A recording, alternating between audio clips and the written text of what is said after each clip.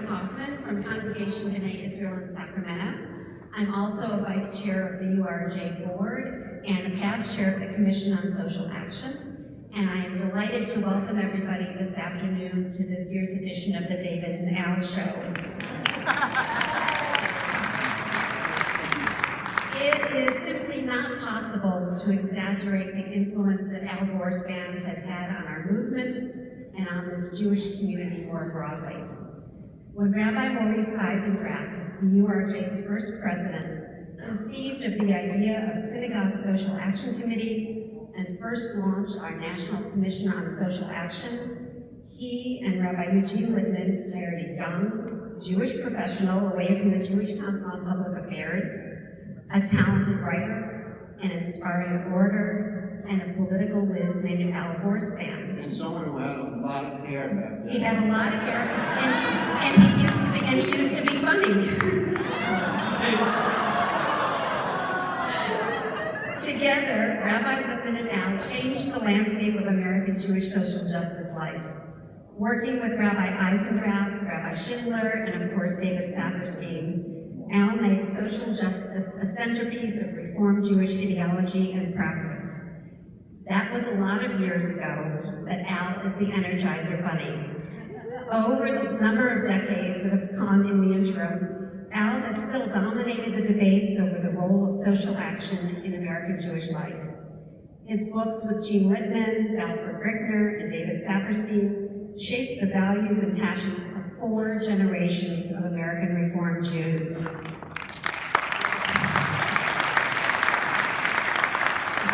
His biennial speeches, which are fired by passion for justice and laced with humor, mostly, have been highlights of past biennials for all of us. Like some odd configuration combining Zelig and Forrest Gump, Al seems to be in the right place at the right time, all the time. Al knew just about everybody important in political or social justice life. He appeared in important battlegrounds for justice, and currently turning 94 on his next birthday. A birthday that Al shares with Abraham Lincoln. Al remains one of the most eloquent, candid, and influential prophetic voices in Jewish life. Actually, Lincoln and you went to school together. Al is also one of the funniest people that I know. So I know I speak for every person in this room now to tell you how overjoyed we are that you were able to make it for this biennial and to have you here to inspire us once again.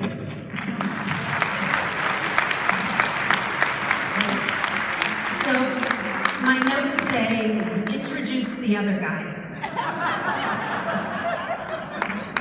So if it's not possible to exaggerate the influence Al has had on our movement and the Jewish community, the same is also true of Rabbi David Saperstein.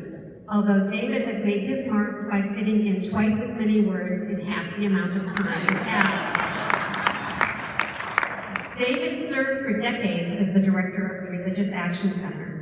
He testified and lobbied in Congress, bent the ear of presidents, taught, wrote for newspapers and journals, and that's just what David did on Wednesdays. After spending years traveling the country and inspiring Reform Jews to stand up and act for justice, David moved to an international stage. He spent 2 years as the United States Ambassador for International Religious Freedom, working on issues of concern around the world. The schedule that we all thought was crazy when he was at the rack became even crazier. David was everywhere. A true story.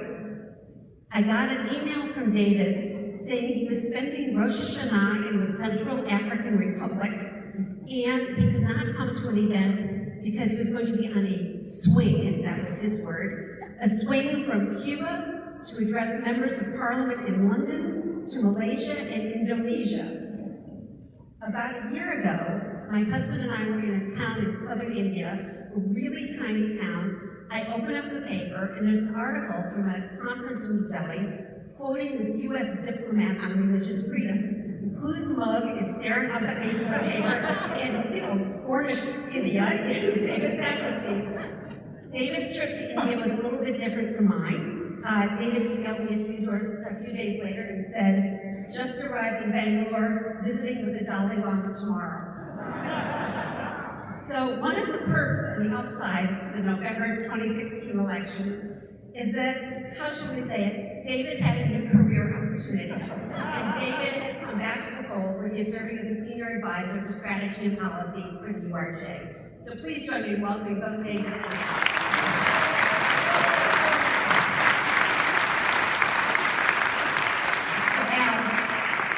We really are pleased that you were able to make it today. I know this is a schlep, and we're glad you're here. Well, it was tough.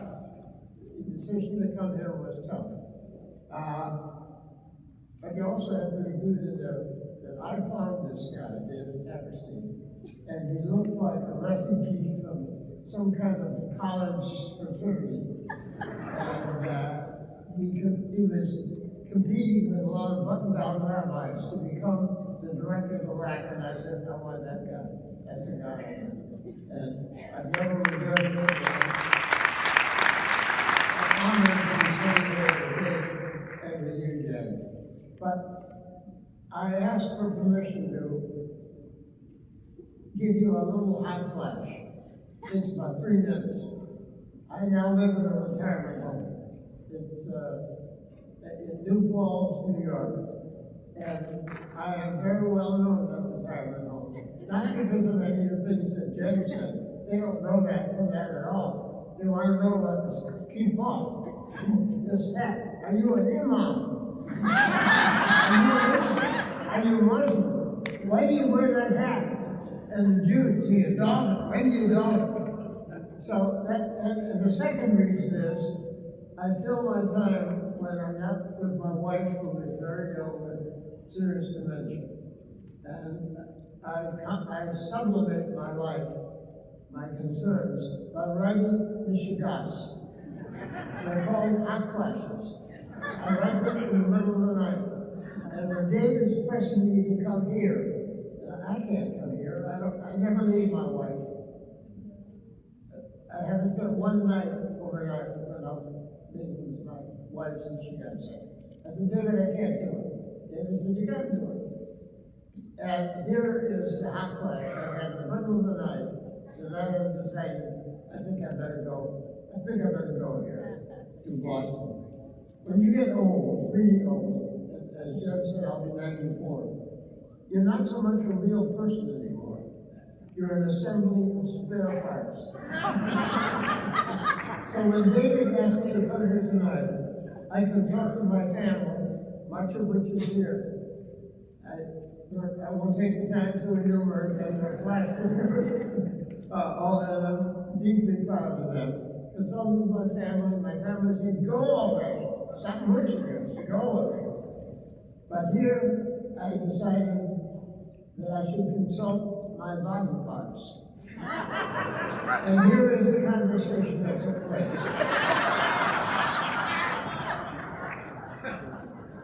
My head spoke first. Who invited you? My head said, who invited you to go to Boston? I said, well, David Saperstein. My head said, is he still an ambassador? I said, no. He said, did you ever get an email from Hillary? I said, he said to me, if you come, you would have the undying gratitude of the URJ. I said, did he really say undying? I said, did he put it in writing? Is he the only one who asked you to come to Boston? Yes. I said to him, nobody else called to say you can go? No. Wait a minute. Not Rick, Jonah, Marla, Aaron, Liz, Barbara, Jen, Eric, anybody? No. So then did you pause? Then he said, wasn't David the guy who introduced you when you and my wife's name is Shirley? You and Shirley were honored by the World Union for Progressive Judaism. A big dinner. Really a big thing. And that was David. But wasn't David the guy who said, Shirley is the greatest thing living. She's a wonderful gal. I I've known her for decades.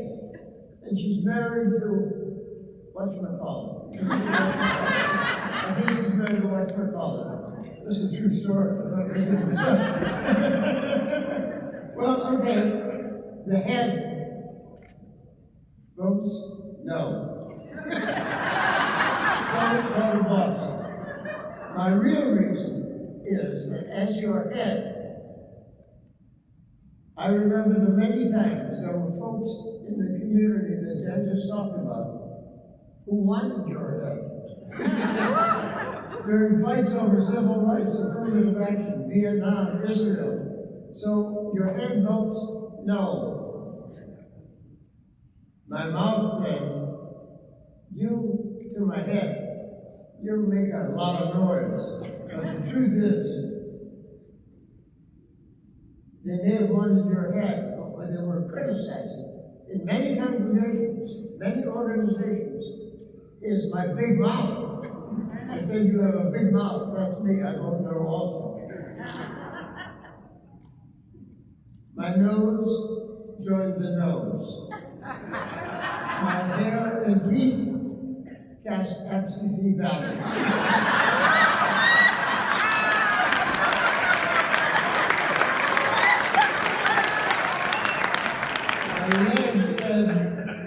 I vote yes, go, because our tradition says you can sum up our entire mission on one leg. Do justice, love mercy, walk humbly with your God. I vote yes. My ears said no, don't go. Because once David starts talking, at the speed that David talks, your earplugs will all fall out. I vote no. My neck said, go. You know why you should go? Because for years, you ended every sermon you ever gave in all of your congregations with these words. Behold the turtle. It makes progress only when it sticks out its neck. I vote yes. But the decisive vote was my heart. The most beaten up part of my body. After a major heart attack 20 years ago, sustained by a pacemaker ever since, but my heart said, Al, since that sun-flushed day in September 1953, when I walked into that majestic building at 838 Fifth Avenue, your heart, has been filled with love and dreams and hopes that never stop beating for this wondrous movement of ours.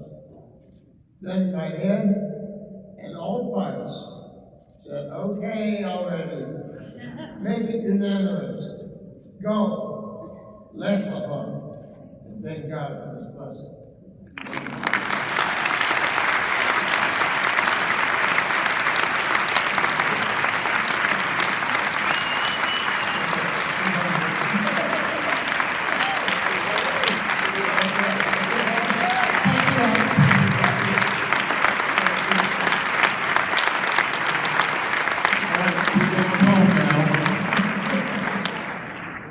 So both of you probably, if I asked you to tell me 100 stories of memorable events and achievements that have occurred to you during your lifetime of work in the reform movement, I'm sure you could do that. But I'm not going to ask you for 100. How about 3 or 4? Give us some good examples. Okay. We'll do this, we'll swap. You go one, I'll go one. Okay.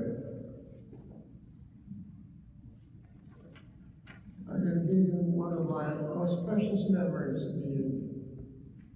We had just had an immense fight and established this religious action center. And the day we established it, I was so overcome emotionally that I couldn't even stay in the ballroom. I went behind the building, and I remember leaning against the car and crying with pride and excitement. And all of that has been justified by what has happened all these years until this point, and including this one. We celebrated the establishment of the RAC in a majestic way in the Rose Garden of the White House with a sparkling, bright, young president who inspired all of our hopes. And I hadn't even been a fan of Kennedy. And I stood in that rose garden and looked at that man as Rabbi Eisendrath, the president of the union, presented him with our Torah. The oldest Torah in America came from Eisendrath's temple in Cincinnati. And Eisendrath made a lovely speech. He gave it to Kennedy, and Kennedy made an even better speech, just brilliant, eloquent, indicating the hope that was stirred by our Religious Action Center, what that meant for America, for religion to speak to justice, and what he hoped to be and do as President of the United States.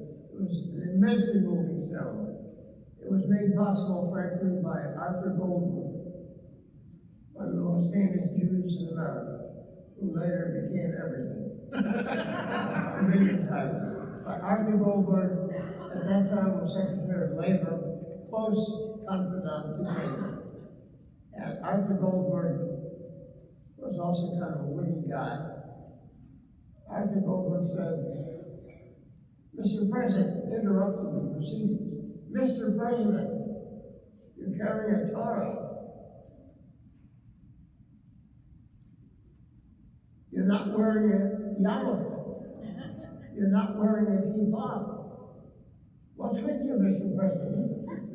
John F. Kennedy, with that twinkle in his eye, looked over and said, Arthur, I told you before, I'm a reformed Jew.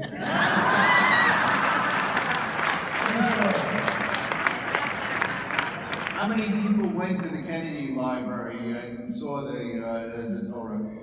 It is really remarkable. I don't know whether it was explained, but for 20 some odd years after that was, before the Kennedy Library opened, it was actually in the Religious Action Center, in the lobby of the Religious Action Center, and we used it at the precursors to the Lit HaKain seminars. We actually used it as a Torah do. I don't think it was actually the oldest, but it certainly was an old Torah, and it was in the possession of Isaac Mayer Wise, so it linked together the generations in the history of Reform Judaism in a very dramatic way.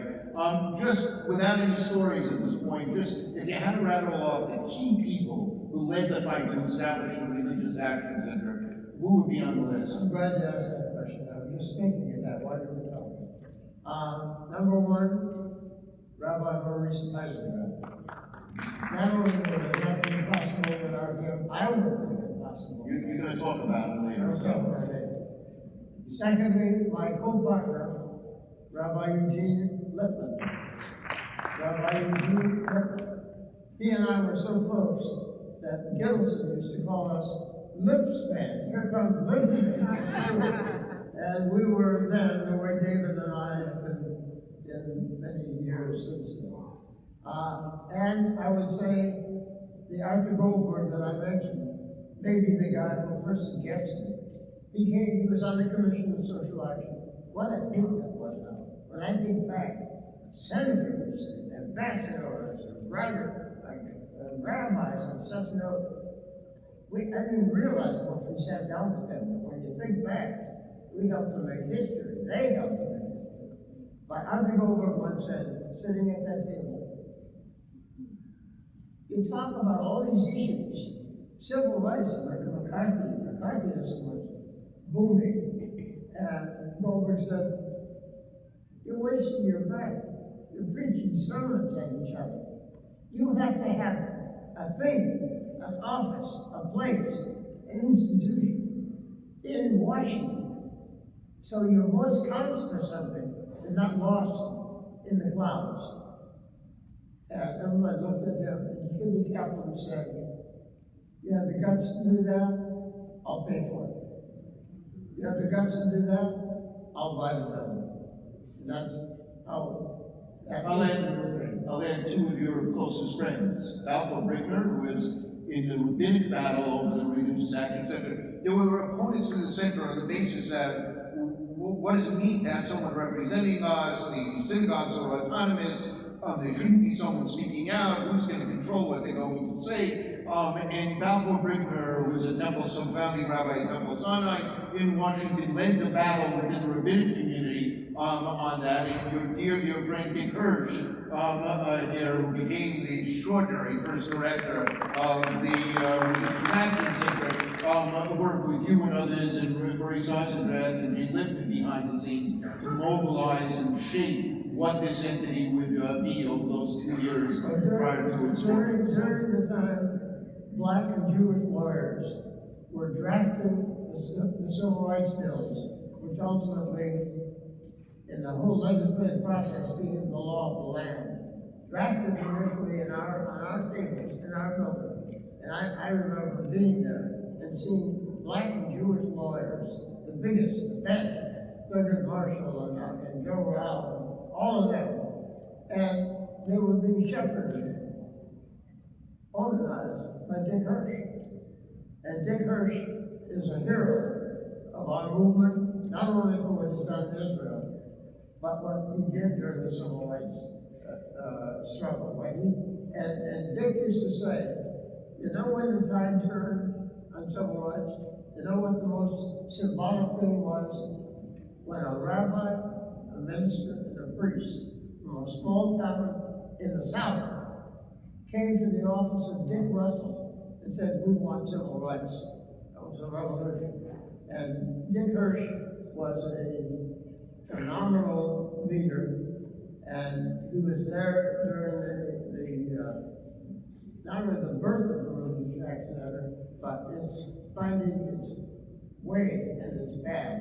And Dick is in a retirement home in Florida, and I talked to him yesterday, you did too. And he is as sharp as ever. Sharp really as ever, as concerned as ever, and loves you and all of us.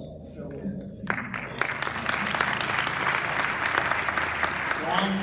I'll tell you that when I think about great moments of things we did, I want to tell you a moment I may have been as proud as any moment in the history of Iraq, and I can tell you the story in under a minute. We desperately wanted to vote on a piece of legislation. The committee chair was then the senator, but prior to that, the governor of California, prior to that, the mayor of San Diego, California, Pete Wilson. And he was chairing the committee that we wanted to vote on. We went out to our rabbis and we set up a contact system and a network of people. We called every rabbi in the state of California and asked them to mobilize phone calls to press for this vote to happen, because we knew if we got enough, we would win the vote, but we needed to get the vote. And after about 2 days of these calls, his chief of staff called and said, call off your people.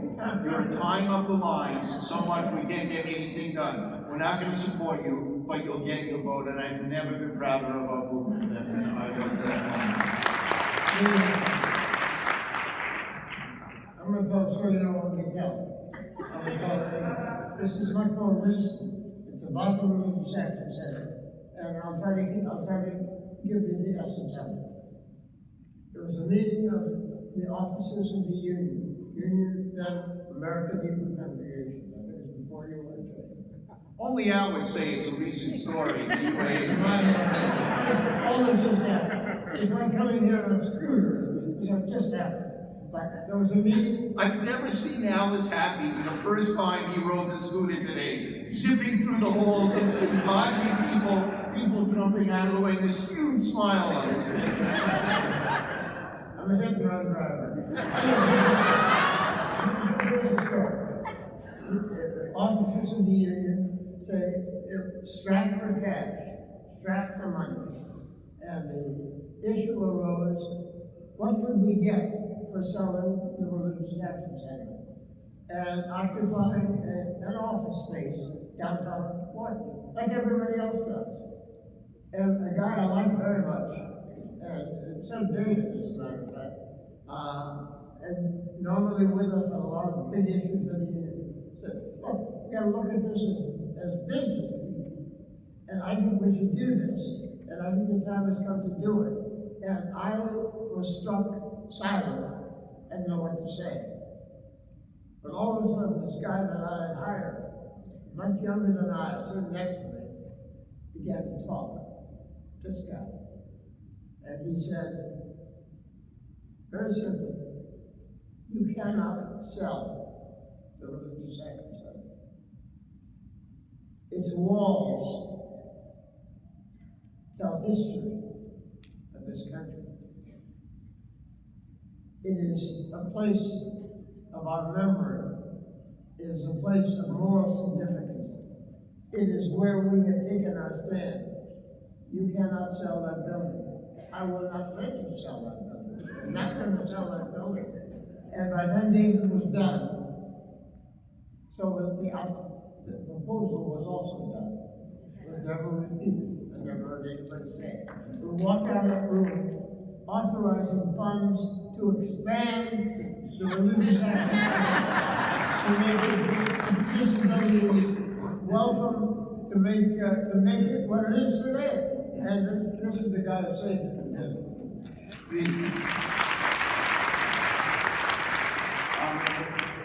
I can remember another extraordinary moment.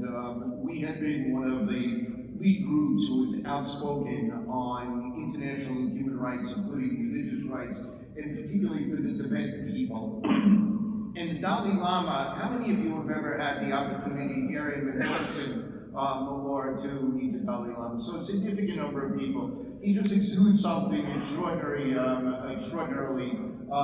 special. And we had met several times. We have been a lead group in the religious communities of America speaking out for Tibetan rights. Whenever he met, I'm willing to bet some of you, if you met him personally, were asked this question. When he found out someone was Jewish, hearing some rabbis see him all the time. Everett Gendler, one of extraordinary figures, goes regularly to teach at his major base in India every year. And he would always ask, you're a Jew. What is the secret of the survival of the Jewish people? You have lived in exile for generation after generation after generation. What is your secret? Because I'm in exile. I have no idea how long my people will be in exile. Tell me what your secret is. And everyone tries to come up with a good line or explanation for that, and he always thanks them profusely for the insights that you apply. But we had the extraordinary experience in the Religious Action Center to invite the Dalai Lama to his first Seder. And he was there. He was an extraordinary assortment of people. Stephen Breyer as a Supreme Court Justice. We had rock stars. We had a broad range of people. And Alex Schindler and I led the service. And at the end of it, the Dalai Lama said, when his key staff said, it was the first time they had ever heard him say this. He said, now, having heard this and participated, we wrote a special service that wove the theme of Tibetan persecution in with the story of the redemption of Jewish people. Here he said, now I really begin to understand the secret of having survived all these years, and I will never forget it. And when I saw him just a short time ago and spent several hours with him, he talked so warmly about that Seder experience that he had at the Religious Action Center in what it meant to him. And I have one I met the Dalai Lama, and we had a conversation.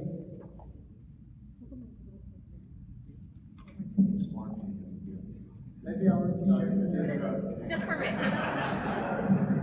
met the Dalai Lama. Take your hat off. Thank you, Bob. That's the story of the thing. I met the Dalai Lama. He looked at me and said, oh, he gave me a big hug. We have same forehead. Wait, talking about that, you got another Shirley story about you talking about the forehead. I talk too much. I talked too long, but this story I love. I spoke with, and by the way, that's every neighbor in the Hebrew temple. I have 3 rabbis and 3 delegates. But here's the story, I'll make it brief. I don't make anything brief. Maybe I should get back on my scooter. Okay, here's the story. I was speaking in Longboat Key. This is connected to the hair, you're right, David. In Longboat Key, Florida, the rabbi is a retired rabbi from New York. He's got a head of hair like the mane of a lion, hanging over his back, down his shoulders. And he looks at me, the way the Dalai Lama did. And he said, Al, would you mind if I tell you something about your head? I said, okay. He said, in ancient Greece, philosophers used to believe that if you're bald in the front of your head, you're a good thinker, great thinker. And if you're bald in the back of your head, you're a great lover. And if you're bald all over your head, you think you're a great lover. How would you like to receive that information? I don't know this. So I get up and I say, it happens, I happen to be a great lover. And I can prove it to you. My wife, Shirley, with whom I've been married 71 years. 71 years. Was in the back of the congregation. She had no idea this was going to happen. None. And I had the chutzpah to say, Shirley, honey, am I a great lover? And Shirley, thunderstruck by the question in this public audience, she looked and she finally said, when do you have to know?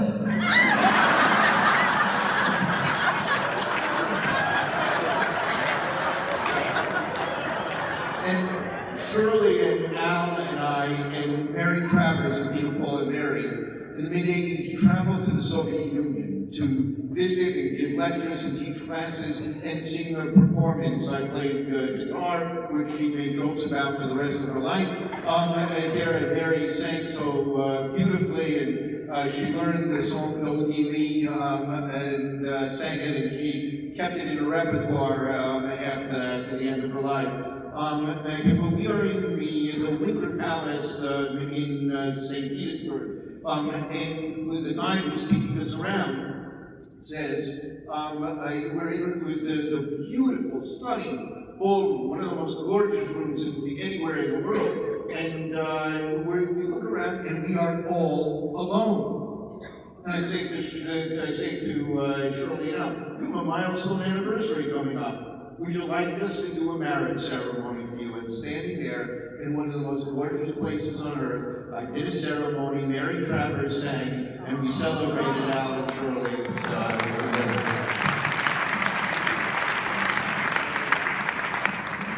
Okay, so we've heard about Shirley, we've heard about the Dalai Lama. Are there any other people that you've met over the past years that you find that just kind of stand out in your mind as unbelievable experiences and wonderful people? There's one I want to mention. Close enough.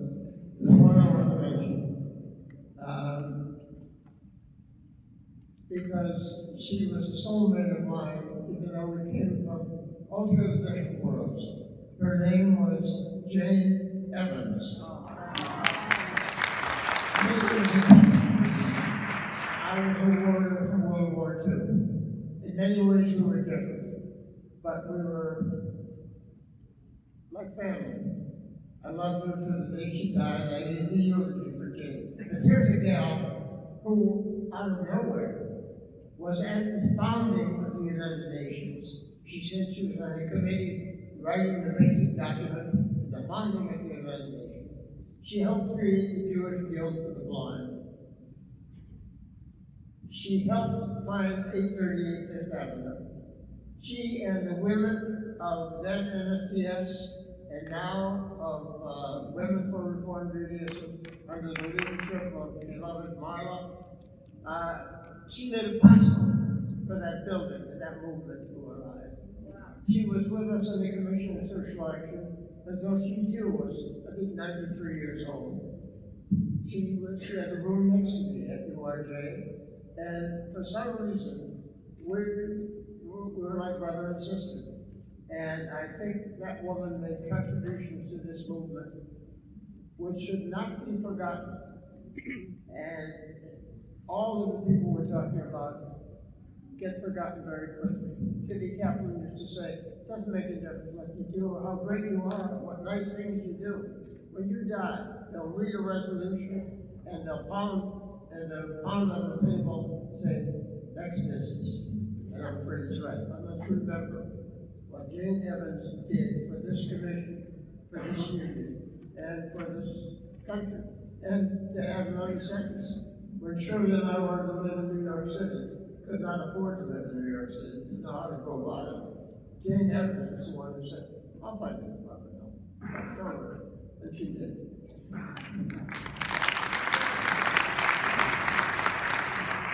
So we were talking about individuals because we could have picked any of, like you, if you were asked this question, remarkable people that you would know, we could have picked so many.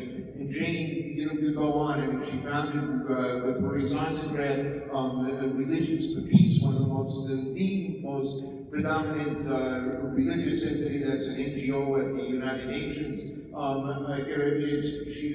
She was just extraordinary. As an institution builder, as arguably the most influential liberal ideologue in Jewish life during Al's lifetime, I would pick Leonard Fine. We're up here in Boston. The founder of Moment Magazine, the founder of Mazon, the founder of the Jewish Literacy Corps, the National Tutorial Program. Those are sidelines to his academic work and his extraordinary writing and influence and his riveting rhetoric, almost approaching Al's level of inspiring social justice rhetoric. But for both of us, his work, which you may not know, because you may know him only through the social justice work, but his definitive work in the 1960s called Reform as a Jew really helped shape the next 25 years of Reform Jewish life. And one cannot overestimate the enormous impact that he said. We don't have time to cover everyone, but what do you say a word about Roland Gittleson? I have a very special affinity for Rabbi Roland Gittleson, because as I'm going to tell you in a moment, not now, I was on a ship in many battles in the Pacific, and I was in Iwo Jima. Roland Gittleson was a rabbi with the Marines on Iwo Jima, and after the most colossal bloody battle, the men who loved Roland Gittleson, men of all faiths, said there's going to be a ceremony for all the lost boys. We want you to conduct the service. And that request was countermanded by higher authorities in the government of the United States during World War II. It was at the complaint of the other chaplains in the. I want to make it short.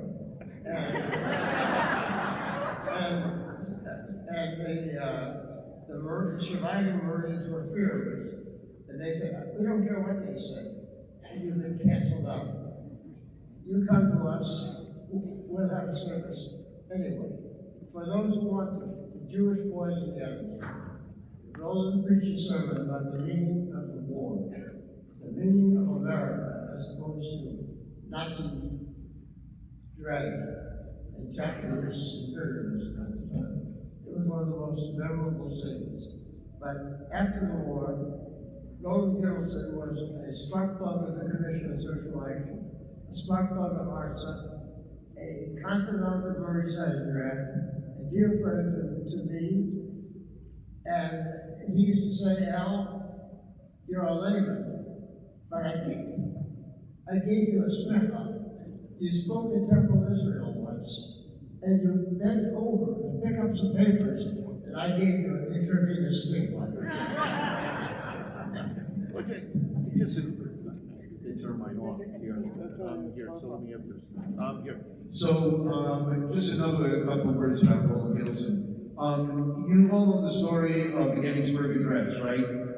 Lincoln was not the major speaker. The president of Harvard was the major speaker. He spoke for 2 hours. Nobody remembers a single word that he said. Everyone remembers the Gettysburg Address. Well, the same was true with Roland Gittleson. Someone else gave the actual memorial sermon. Nobody remembers a word of that. The next day, Roland Gittleson, who they had a special service that the head chaplain, who had always wanted Gittleson to give the sermon, did. It was so riveting that I believe it was a Life reporter took the sermon in its entirety, published it in Life magazine. It went around the world and became the single most famous sermon given by any chaplain during the entirety of World War II. And when Harry Truman set up the first United States Commission on Civil Rights, Roland Gittleson was one of the founding members of he was truly, and a great orator on Vietnam, on apartheid, on so many of the civil rights battles.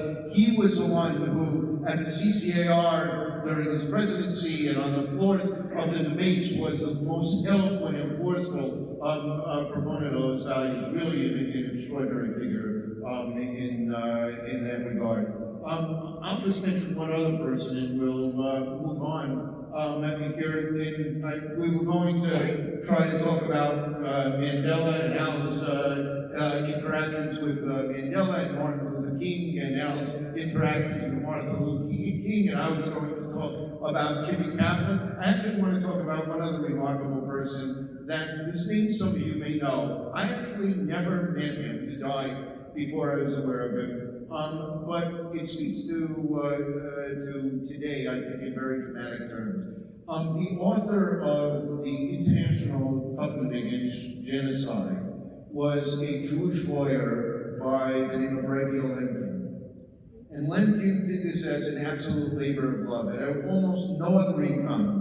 He devoted his life to writing that treaty and getting that treaty passed by the United Nations, adopted by countries across the globe.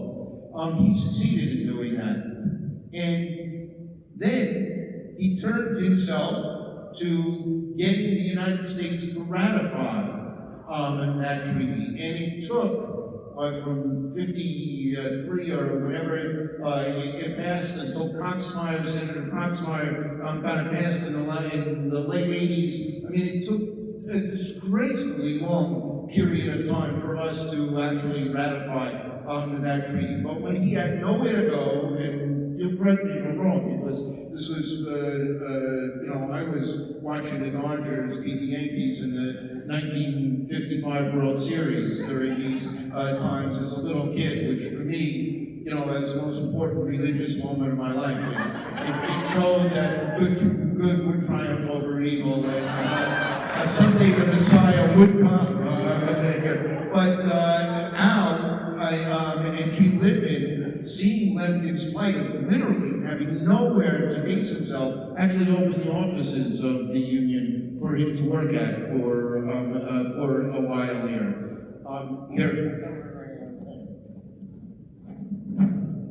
Rabbi Eugene Lippman was the chaplain of World War II. Can you hear me now? Yeah. Virtually went EWOL to save Jewish refugees. They smuggled them on the boat to get them to Israel. And when the war ended, and Gene and I were starting this commission of social life, 838 Fifth Avenue, any survivor, any Jew who had anything to do with the Holocaust would come through that door and Gene would drop everything. Pay attention to that person. One day, a guy comes through the door, I never saw him on my left. I don't think Gene was wrong. He came right up to my desk. He said, "Who are you?" I told them, what do you do here? I told them, we just started a commission on sexual rights. What do you do? Civil rights, immigration. I named the issues. He said, none of that counts right now. We just had a Holocaust. My name is Raphael Lemkin. I have to sell this to the United States Senate, to the countries of the world. You should be putting everything aside and do that. I said, we can't do that, but we can give you a desk, we can give you a secretary, we can give you the support of our congregation. We can try to rally other congregations. And we honor that man who left a legacy that's in peril every single day to the very day it was here. I mention this for two reasons. One is I never met Lemkin, but I had a personal connection with him. One of his very, very dearest friends was one of my dearest friends. And when Lemkin died, he actually left all of his papers to me and to the Religious Act, etc. And we took them and turned them on to the American Jewish Archives, where now any of you can go online and see the Lemkin papers.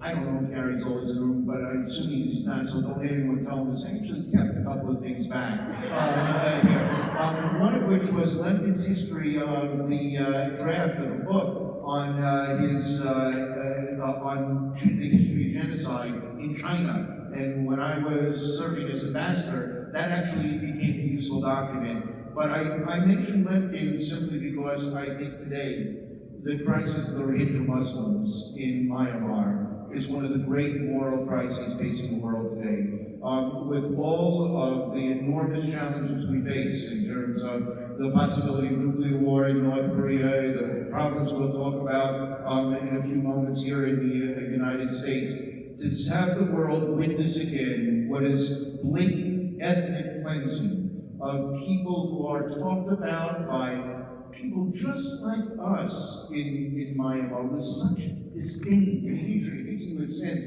of how people in the middle 1800s talked about Native Americans here in the United States, or 50 years ago when the Europeans would talk about gypsies. These are aliens, they're thieves. There's such disdain for these people. It is so painful. One of the most important trips I took during my tenure as ambassador was to visit with the Rohingya community in Myanmar and with other then persecuted communities. And while Aung San Suu Kyi and the new government has helped ease some of the restrictions against people outside the area of the Rohingya, there are still significant challenges that all minorities face in the country, but particularly the Rohingya. The last trip I took was to visit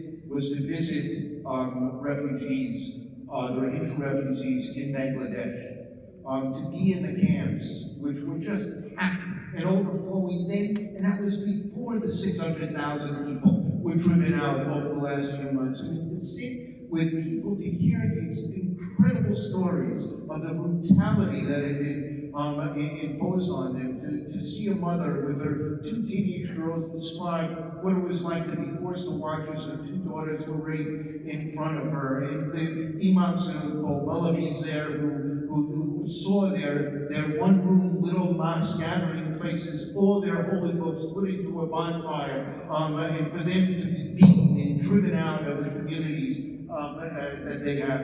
2/3 of all of the Rohingya, the 1.2 million Rohingya that lived in that country just a few decades ago, have been driven out, and the international community has to step up. I actually can say I was heartened by Secretary Tillerson, whose many policies you may guess I disagree with, but actually spoke out quite eloquently on this. And Lincoln's lessons to us resound through these decades ever since and remain a warning to the world.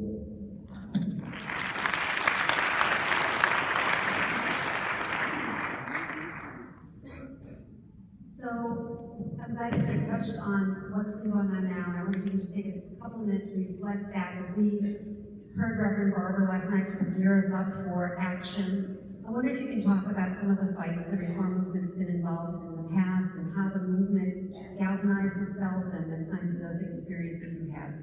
If you thought about which were the most important battles we had during your long career, you had to pick a couple of them, what would it be?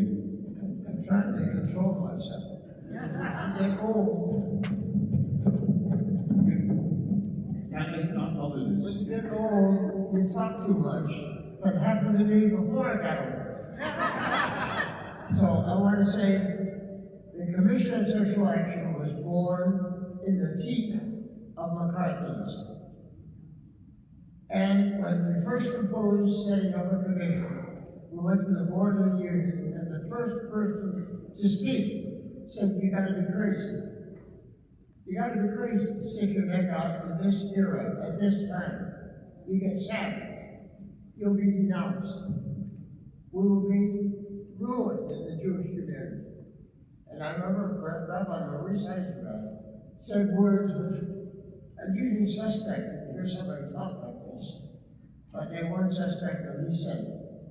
He said, "The Hebrew prophets came forth precisely for a time like this. The truth is, they don't really need us in sweet times, in normal times, in peaceful times. This country is under threat. McCarthyism threatened the very civility, the fabric of our country. Now is the time we need it." And that was the first thing the Commission on Social Action dealt with, the threat of McCarthyism. And I was immensely proud, as I am today, by the way. I don't want to be too political. But when the Jews were in America, when the overwhelming majority of Catholics and Protestants thought McCarthy was doing great work for America, every poll indicated that. 90% of the Jews said he's a menace to everything we believe in America. And the parallels, I don't have to draw, the parallels were clear to all of you last night in what I thought was an extraordinary presentation at this.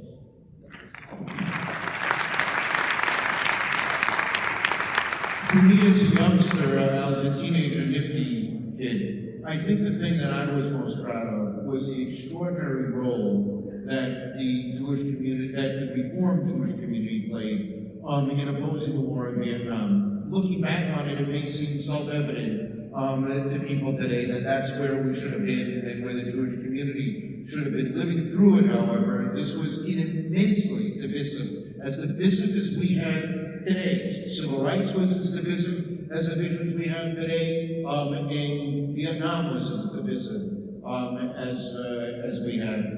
Say a word about Vietnam and what it took to get the Union. I think we came out 3 or 4 years before any of the other major Jewish organizations. In 1965, we took a position against the Vietnam War. It was quite extraordinary. One of the first religious groups in America. Referred to a couple of words about it because we're running out of time, and I want a couple of minutes at the end. But I agree with what you said about Vietnam. I'm immensely proud of this organization, and I think we made a difference. Made a difference in my family. I took a leave of absence from the Union to run for Congress to try to stop the Vietnam War. But I was defeated in a primary by the person who helped to stop the Vietnam War, named Alan Lowenstein. Like David, I'm proud of it. And I want to go back to one other sentence. I can't throw it away. One other sentence. During the Civil Rights era, when we were deeply involved in that, I'd say one sentence. I had the feeling then that the most important members of the Coalition for Civil Rights and Human Rights in America at that time were blacks and Jews. And without those two, the whole thing would have fallen apart. And now when I say that group, they agree, and it's that important, we were indispensable. And when I joined with rabbis to go with Martin Luther King and combat segregation in St. Augustine, Florida, I felt that the weight of the Jewish community was being applied real issues of social justice in America. And I feel the same way today.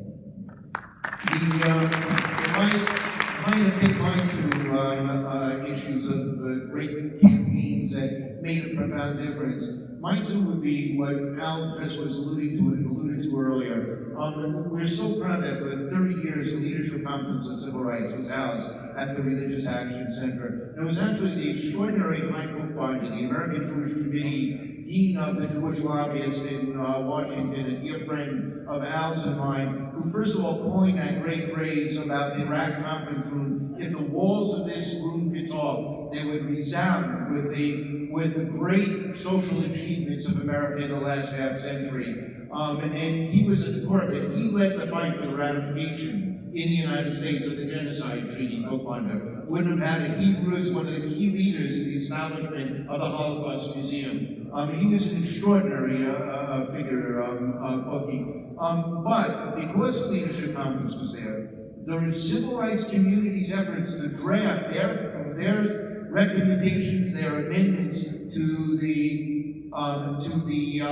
Civil Rights Act of 1964 and Voting Rights Act of 1965 were around the conference table of the Religious Action Center of Reform Judaism. And for 30 years, all the way up into the early 1990s,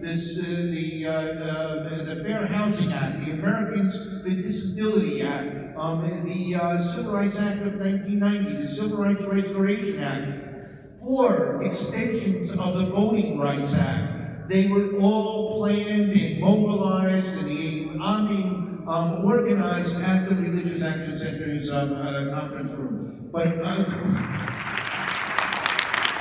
the core of that was voting rights, arguably the most important empowering act of the civil rights movement. And to see it under attack today, the way it is, and to see again the reform movement, Jonah Pesner and the Religious Action Center leading the fight to have so many rabbis in states across the country mobilized to North Carolina and states across the country have gone to the ramparts to fight for against efforts that would disqualify qualified voters from voting. I'm so proud of this movement in the 1960s, but Dick Gershon, you did at that time on this issue, and so proud today to see what we are doing on this core issue of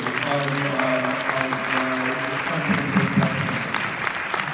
But I want to mention one other issue as well, and that is, and this one might surprise you a little bit, if I had to pick one other campaign that I think was pivotal, it was started by a young rabbi here in Boston at Temple Israel, who, together with others in this room, joined a campaign to take the skills of community organizing to the battle for universal health care here in this state, what we know as Romney Care, here in this state.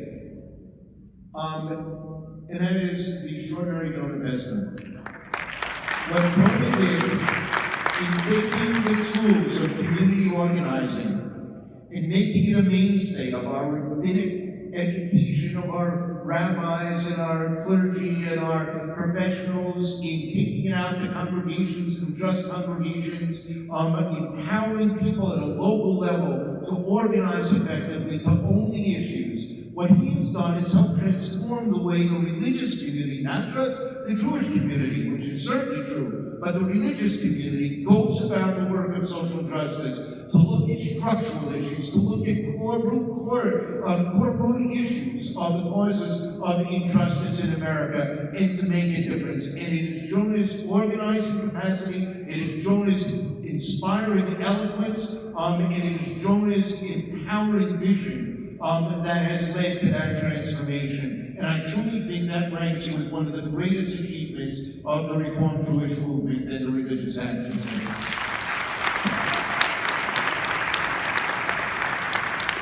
So we've reminisced a lot tonight and talked a lot about what's been happening in the past and remembering victories and challenges we've had.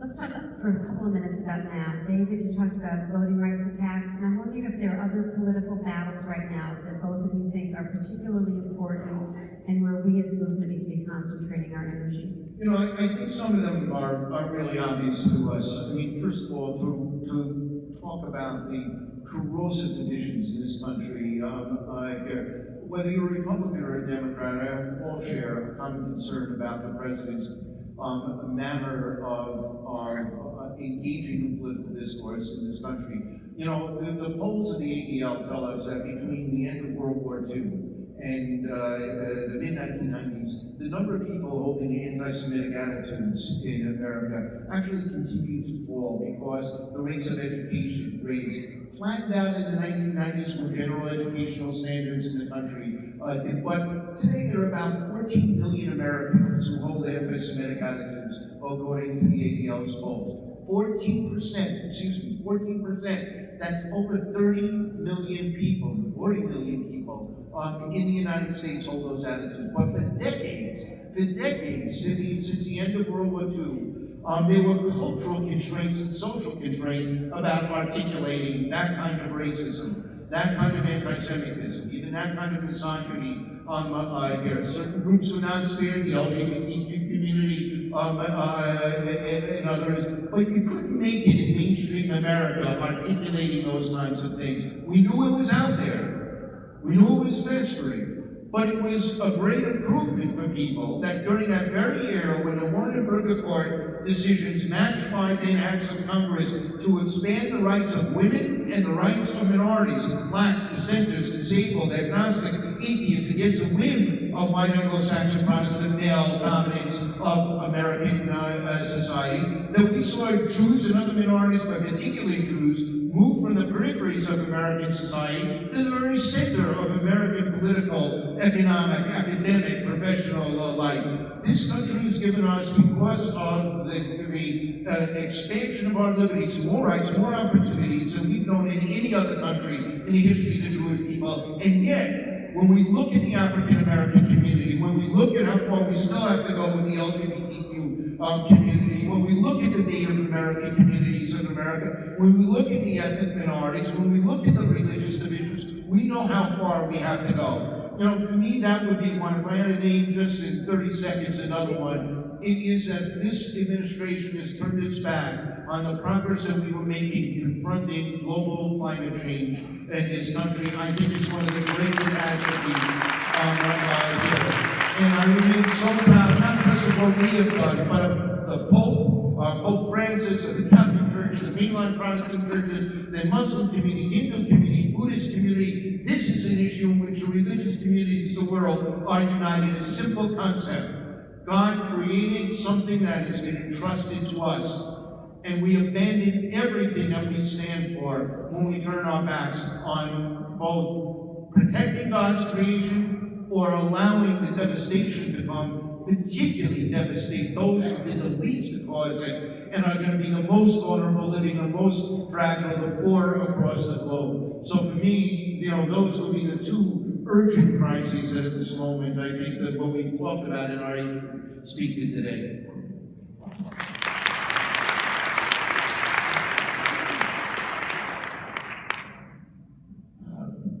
I don't know if I'll ever have another chance to meet with you and speak with you, another chance to ride around on a nice scooter, so I'm going to take advantage of these last 2 minutes. Tell you a story I have never told a congregation. I'm going to interrupt just for a second, because you're going to have the last word, all right? We are there. So before we do it, I simply want to say one thing to you, Al. My mentor, my teacher, my inspiration, my friend. I want to say one thing. Here. You will soon be 94 years old. 94 years old. I just want you to remember when that day comes, that when he was your age, Moses was only 14 years into a 40-year journey. He was about 70 years in front of him.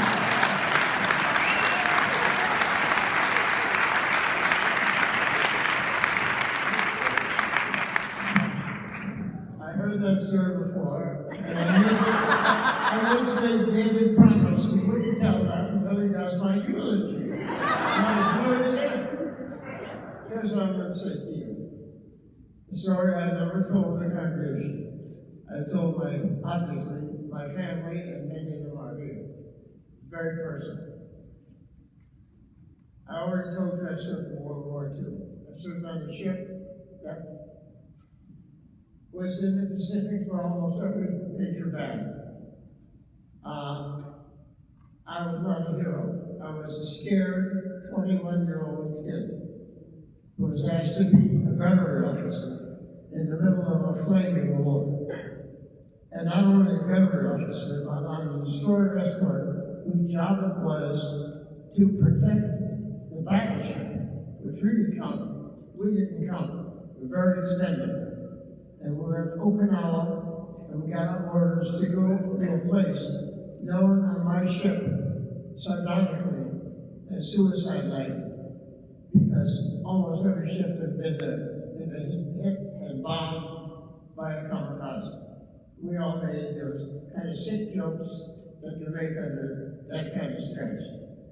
And we were there, and we were protecting the battleship New Jersey. And on April 7th,